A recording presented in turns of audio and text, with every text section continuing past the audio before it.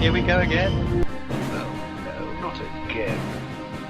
You've been fooled. How long have we been doing this? Once more unto the bridge. Again, until we're both dead.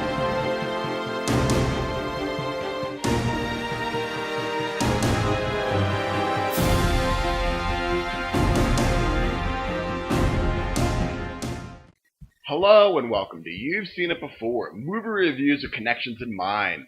Ant-Man and the Wasp has hit theaters. It is the 20th movie in the Marvel Cinematic Universe. It is once again directed by Peyton Reed and also stars Paul Rudd, Evangeline Lilly, and Michael Douglas.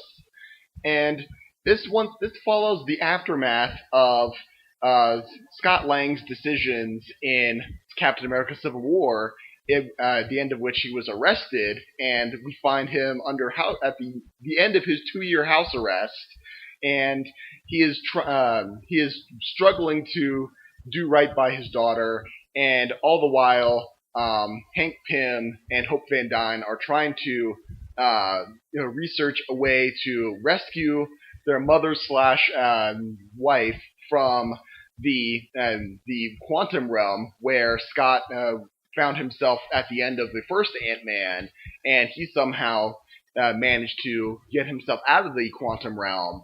So all this is going on while there are villains trying to get this advanced tech that Hank Pym has been working on. Now, this video review will contain spoilers of Ant-Man and the Wasp, as well as certain other films and TV series. There will be a full list in the description below. And if you've not seen Ant-Man and the Wasp yet, or any of the films and TV episodes listed below, and want to wait until you have, stop the video at this point and come back later. But with these things in mind, though, let's begin. So the main villain of this story is Ghost, a woman who is able to shift through phases, and she can basically pass through solid objects at will most of the time. And it was revealed that she got this way through an accident in which one of Hank Pym's scientist partners got this technology and was experimenting with it by himself, and he caused an accident. He was killed, and his daughter survived, but she is able to phase through matter, and she blames Hank Pym for putting her father in that position, and so in essence, Hank Pym created the villain of this story, at least through her logic. Now, this is a similar trope throughout Marvel films, as well as certain other films, but in Marvel films in particular, we see this parallel with the character of Tony Stark. In 2 films in particular, firstly, Iron Man 3, in which he insulted Aldrich Killian in 1999, and he comes back in 2013 to kill Tony for all the wrongs that he caused him. And so in essence, as described by Tony himself, he created his own villain, and it happens again in Avengers: Age of Ultron, not just with the character of Ultron himself, but the Romanoff twins, who, through leaps in logic, blame Tony Stark for their dead parents, in which the weapons that the warlords in their country used to kill their parents and almost killed them too was made by Stark Industries. So in their minds, Tony Stark killed their parents and was going to kill them too. So in essence, Tony Stark created the villains of Scarlet Witch and Quicksilver in that film.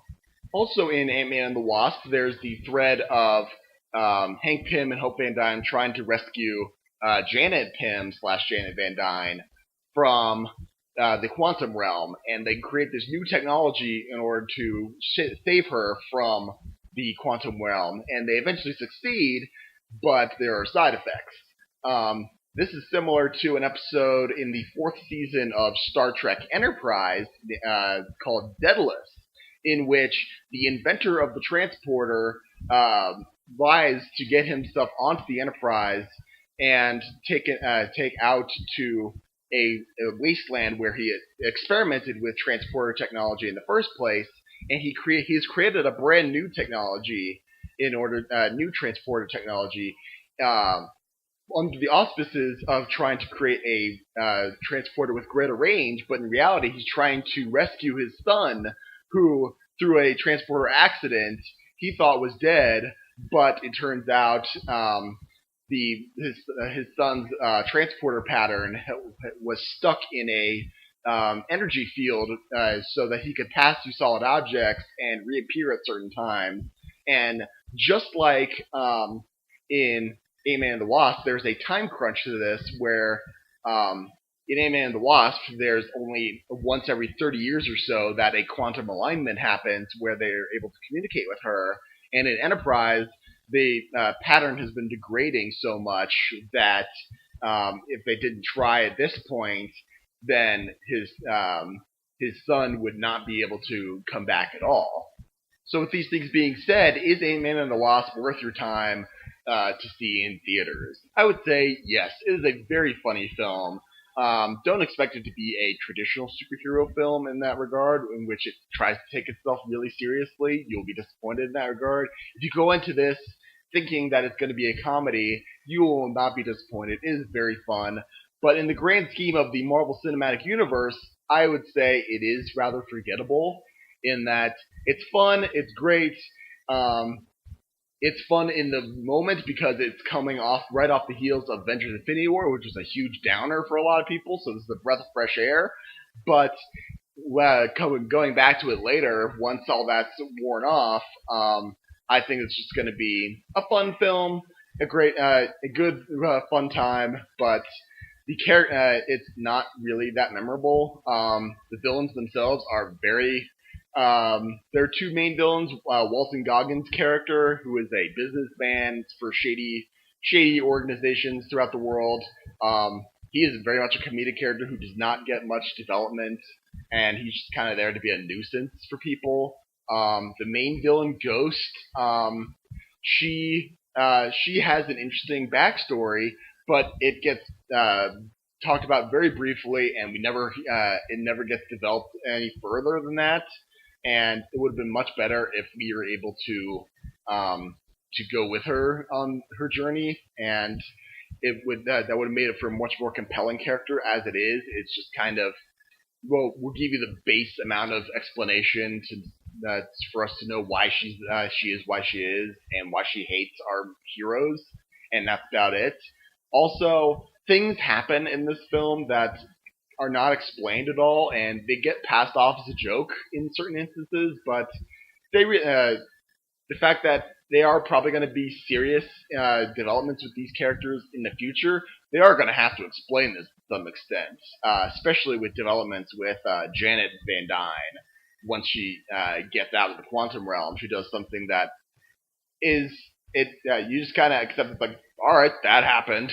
So in that regard, it is a weak story in that regard, but I would say it is definitely fun. The jokes are very funny. Michael Peña's character is great, although his whole monologue thing from the first film, while it was funny then, it is still funny, but it's not quite as good as it used to be, since we have seen it before. So, all that being said, you should definitely go check it out. But I feel like out of many Marvel films, this is going to be one that, in the grand scheme of things, isn't going to hold up very well in the overall continuity of the Marvel Cinematic Universe. But that's not really... all that being said, definitely go check it out. It's a great time. So, there you have it. There's my review of Ant-Man and the Wasp. Thank you so much for watching. I appreciate whatever audience I can get. Be sure to look for my next video review, which will be of Mission Impossible Fallout, which comes out July 27th, I believe.